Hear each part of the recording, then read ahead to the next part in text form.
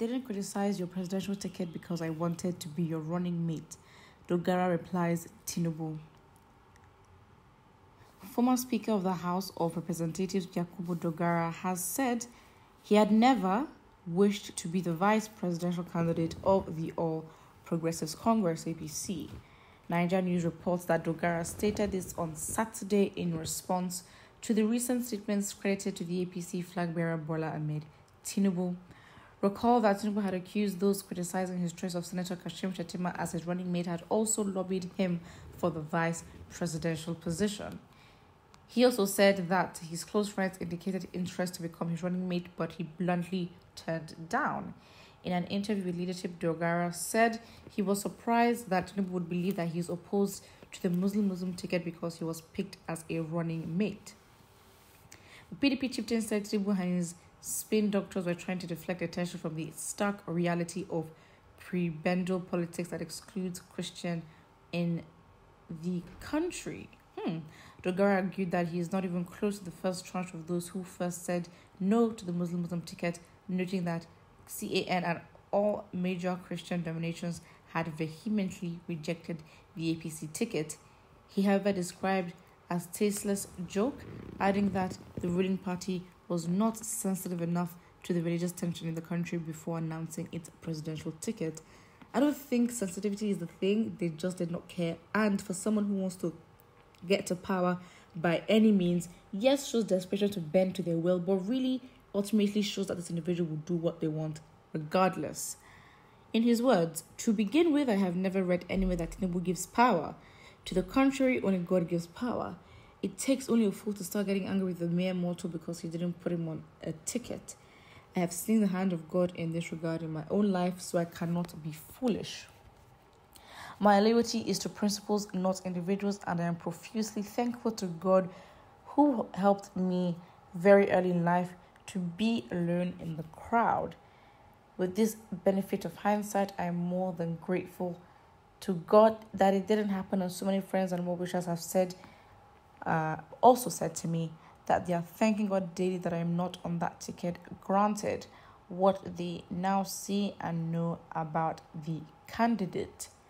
What I find funny is that the candidate and his spin doctors always forget that I am not even close to the first tranche of those who said no to the Muslim ticket. What of some major Muslim clerics and leaders that have equally rejected them? Same. What of the former leader of the world or of a world power that said the same faith ticket is a major problem for Nigeria? All did so because they were not selected as running mates. Give me a break. What a tasteless joke! Exclamation mark. Dogara asserted that his opposition to the APC ticket is based on the long-term interest of a country and the need to protect the interests of people wrongly classified as minorities in this country. Well, that is his opinion on this, and Tinubu is clapping back at anybody saying, well, you guys wanted, or those who are against the Muslim ticket. He's basically describing them as bitter because you yourself, you wanted to be my candidate and you are just jealous. This is somebody that believes it is my turn. So, of course, if this is someone who says it is my turn, of course, such childish notions and rationales is not a surprise that, he'd spill out. Anyways, someone says, don't lie, you wanted to be the VP. Then why are you then criticizing now? If you believe that only God gives power, then why complain about the Muslim ticket? God bless you, sir. You spoke well.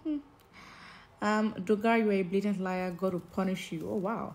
If you like you and Babacha should go ahead and kill yourselves, but Tinubu is winning. Same faith ticket started from our Christian brothers in 1979. Awolowo and Azikiwe picked Christian running mates respectively. Oh my God. I feel like when people want to compare times, how things were, and wanted to replicate it, 1979 is very different from 2022 or 23. Things were bad then. The same issues still stand in terms of, okay, fine, you have Felakutis and you have those who were more active in the fight for a better country. So when it comes to the template and when it comes to the basis of all our problems, it is still the same. It has just gotten worse. So the intensity as to how the same problem, let's say hunger or poverty or illiteracy or insecurity, they existed. It is still the problem, but the intensity or the rate at which it is happening now and then is very different. And then you look at the mindset of people. You then look at, incomes and capability. At that time, jackpot was not a thing. People did not desire to escape their countries. It's not, you're not relocating, you are escaping. People did not desire to escape their countries at such an alarming rate where they are so desperate for it. These are totally different problems. So you're trying to then compare Muslim ticket or Christian ticket with Awolowo and Ezekwe. It does not make sense. You are talking about different contexts. And these were individuals at that time, off the bat, after independence. These are the ones that were literally, I guess, leading the independence, and of course, building Nigeria, building what Nigeria will stand for, its legacy, just trying to shape the country after it's been given back to its people. That's what they were doing at the time. And so I don't get this person's logic, but anyways. Dogara should just shut up that he will choose to support Ridicules so that power can return to the north against the generally accepted fact that power should come to the south shows the stupidity of his actions. Nigeria is not a legal state. God is on the throne. Absolutely. Especially with his argument of, I'm going to build Lagos. Let's be calming our nerves down. Let's relax. Listen, as this individual has said, Nigeria is a legal state. So the nonsense you might want to replicate in different states, it just would not work. I mean, yes, we can have underdeveloped states, but you don't have traffic for 3 hours. We're talking about daily living. Yes, you can say Lagos has opportunities. You can say most investors, almost international brands will be in Lagos. If Puerto Rican money comes to Lagos, great. However, you can't. I mean, the argument of I developed Lagos. Let's not talk about that, because that in itself is very triggering. Almighty God will surprise as many of those lauding themselves on the nation Nigeria against the interest of the masses come 2023, even their cohorts will perpetually remain dumbfounded in the almighty name of God. It's fun because even in the comment section trying to find opinions that will talk about this, and you have individuals that are out here giving prayers and even speaking in tongues. Well, desperate times calls for desperate measures. You are lying, Dogara. Why are you lying? But I mean, it does seem that a lot of people who are more conversant with this, interaction do seem to think that, well, Dogara, at the time you were actually interested in the VP position. Whether that's true or not, well, he's not in the position anymore. And now, whether you're criticizing or not, he's criticizing. That's the fact of the situation.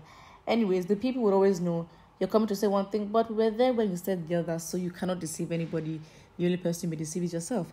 It is what it is. Put what you think in the comment section below, and do not forget to like and subscribe.